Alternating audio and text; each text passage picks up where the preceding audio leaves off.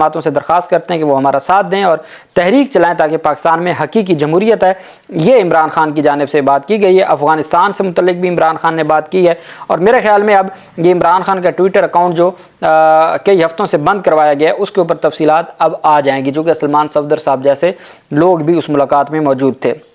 اچھا، یہ تو آ گئی عمران خان سے ملاقاتوں کی تفصیلات۔ اب ہم مختصر میں آپ کو بتا دوں آرمی عدالتوں سے متعلق، اور پھر جو اہم ایشو ہے اس کے اوپر ہم جائیں گے۔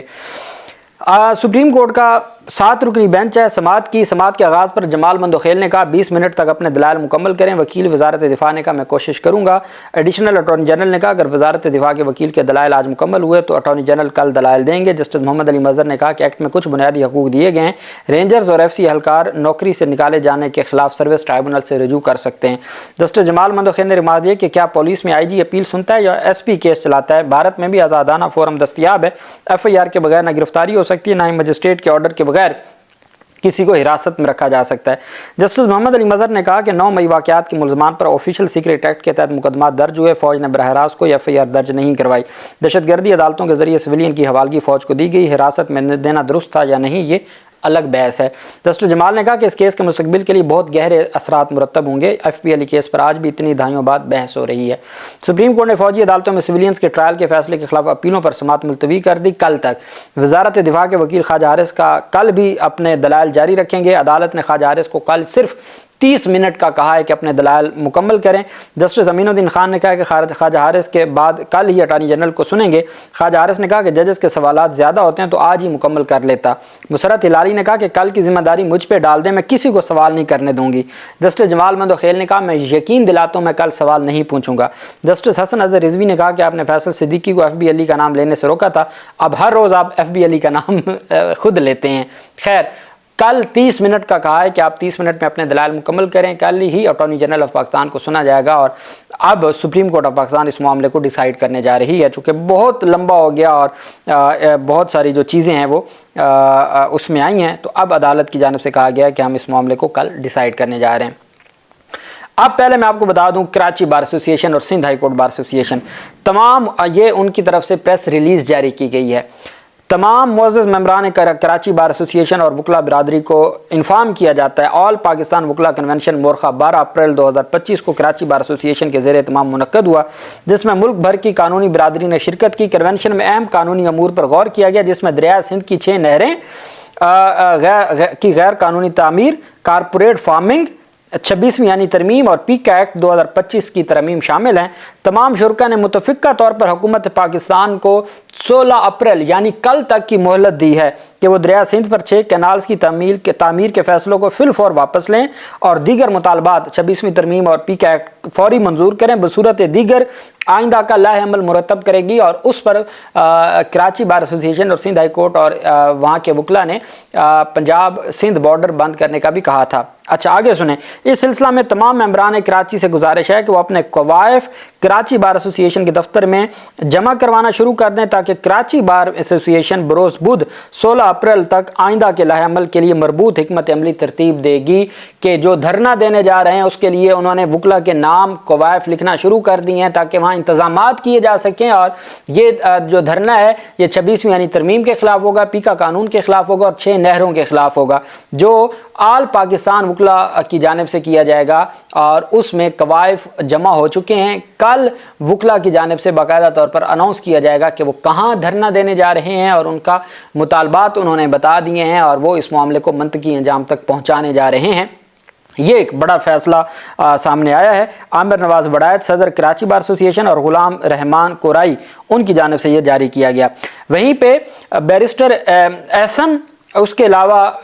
ایمان مزاری اور جو بڑے نام ہیں اسلام آباد ہائی کورٹ بار ایسوسی ایشن کے، وہ اسلام آباد ہائی کورٹ بار ایسوسی ایشن کے صدر کے پاس گئے ہیں اور صدر سے جا کے گزارش کی ہے کہ حضور والا یہ 50 جو سینئر وکلا ہیں انہوں نے ایک درخواست لکھی ہے صدر اسلام آباد ہائی کورٹ بار ایسوسی ایشن کے نام، اور جا کے ان کے ہینڈ اوور کی ہے کہ ہمارا مطالبہ یہ ہے کہ 26ویں یعنی ترمیم کے خلاف اور ججز کے ٹرانسفر پر آپ اپنا فائنل جو کا اعلان ہے، موومنٹ ہے، وہ شروع کریں۔ یہ پی ٹی آئی کے نہیں، یہ حامد خان کے نہیں ہیں، یہ وہ 50 سینئر وکلا ہیں، ایمان مزاری اور بیرسٹر احسن اور باقی جو سینئر لوگ ہیں، انہوں نے جا کے اپنے صدر کو جا کے جھنجھوڑا ہے کہ آپ نے ایک تو 26ویں ترمیم کے خلاف اور ججز کے ٹرانسفر کے خلاف اپنا موقف اس کو عوامی موومنٹ بنائیں، دوسرا انہوں نے کہا کہ آپ نے کنونشن کروانا تھا وہ نہیں کروایا، اس کے اوپر انہوں نے مطالبہ کیا ہے۔ انہوں نے کہا ہے کہ ہمارے ساتھ اسلام آباد ہائی کورٹ بار ایسوسی ایشن کے صدر نے یہ وعدہ کیا ہے کہ وہ اپنی وکلا برادری کے ساتھ کھڑے ہوں گے اور ان دو ایشوز کے اوپر کمپرومائز نہیں کریں گے، چونکہ خطرہ یہ تھا کہ وہ کمپرومائز کر جائیں گے۔ اس وجہ سے سینئر وکلا نے جا کے ملاقات کی ہے، ریٹن ان کو اپلیکیشن دی ہے کہ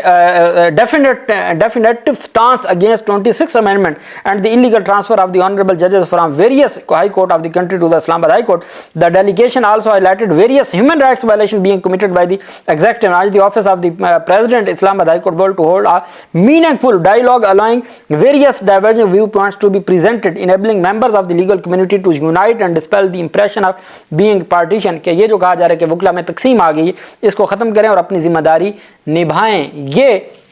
50 وکلا نے جا کے صدر کو ملاقات کر کے وہ جو ایک تھا نا کہ اسلام آباد ہائی کورٹ بار ایسوسی ایشن پتہ نہیں کیا کرے گی، تو 50 سینئر وکلا نے جا کے ان کو کہا کہ بھائی 26ویں ترمیم پہ اپنا کردار ادا کریں، ہم نے آپ کو ووٹ دیا ہے، آپ ہمارے نمائندہ ہیں، اور ساتھ آپ ایک اعظم نذیر تارڑ صاحب گئے نا حکومتی نمائندہ، یہ وکلا نمائندہ گئے 50، انہوں نے کہا کہ یہ ہماری درخواست ہے، یہ تمام کے دستخط ہیں، آپ ان دو ایشوز کے اوپر 26ویں ترمیم اور ججز ٹرانسفر اس کے اوپر اپنا جو سٹانس ہے وہ مضبوط کریں اور عملی اقدام اٹھائیں، ہم آپ کے ساتھ ہیں اور یہ آپ کی ذمہ داری ہے، اور انہوں نے وعدہ کیا ہے کہ وہ اپنی ذمہ داری نبھائیں گے، وہ کم از کم اپنے پٹیشنز سے پیچھے نہ ہٹیں تو یہی کافی ہے۔ اچھا، اب جوڈیشل کمیشن کا اجلاس 17 اپریل کو 5 ججز کی درخواست پر 3 ججز کے ٹرانسفر سے متعلق 17 اپریل کو سماعت ہونے جا رہی ہے فائنل، جس میں سٹے آرڈر بھی ہو سکتا ہے، کیونکہ 18 اپریل کو جوڈیشل کمیشن کا اجلاس تھا تو اس سے پہلے 17 اپریل کی تاریخ رکھی گئی۔ اب جوڈیشل کمیشن آف پاکستان نے 18 اپریل اپنے ایجنڈے سے جو اسلام آباد ہائی کورٹ کے قائم مقام چیف جسٹس کی جگہ مستقل چیف جسٹس کی تقرری تھی اس کو روک دیا ہے، مؤخر کر دیا ہے۔ اب اسلام آباد سپریم کورٹ آف پاکستان اور جوڈیشل کمیشن آف پاکستان نے صرف جو نامینیشن آف دی ججز فار دی کانسٹیٹیوشنل بینچ وہ ایک یک نکاتی ایجنڈے پہ 18 اپریل کا اجلاس ہوگا، اس میں ہائی کورٹ کے قائم جو مستقل چیف جسٹس کی تقرری شامل ہی نہیں ہے۔ اس کے بعد 2 اور لیٹر جاری کیے گئے ہیں، ایک ہے بلوچستان ہائی کورٹ کے چیف جسٹس کی مستقل تقرری اور ایک ہے پشاور ہائی کورٹ کے چیف جسٹس کی مستقل تقرری۔ اس کے حوالے سے جو جوڈیشل کمیشن آف پاکستان ہے، جوڈیشل کمیشن آف پاکستان نے 2 مئی کی تاریخ مقرر کر دی ہے، 28 اپریل تک نامینیشنز آئیں گی اور 2 مئی کو جوڈیشل کمیشن کا اجلاس ہے صرف 2 ہائی کورٹس سے متعلق۔ وہ جو اصل اسلام آباد ہائی کورٹ ہے وہ معاملہ اس وجہ سے مجھے لگتا ہے کہ جب یہ سماعت ہوئی ہے تو سماعت کے بعد پتہ چل گیا ہے کہ یہ اتنا آسانی سے معاملہ نہیں ہے، یہ ایک آئینی سوال آ گیا اور اس کو ہر صورت، اور آپ جانتے ہیں کہ اسلام آباد ہائی کورٹ بار ایسوسی ایشن درخواست دے چکی ہے کہ جب تک درخواستوں پر ڈیسائیڈ نہیں ہوتا قائم مقام چیف جسٹس کے ساتھ 2 سینئر ججز کو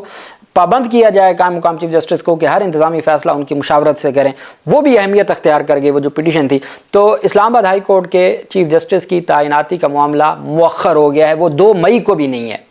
یہ ایک اہم پیش رفت سامنے آئی ہے۔ اللہ پاک پاکستان کا حامی و ناصر ہو۔ بہت شکریہ۔ اللہ حافظ۔ پاکستان زندہ باد۔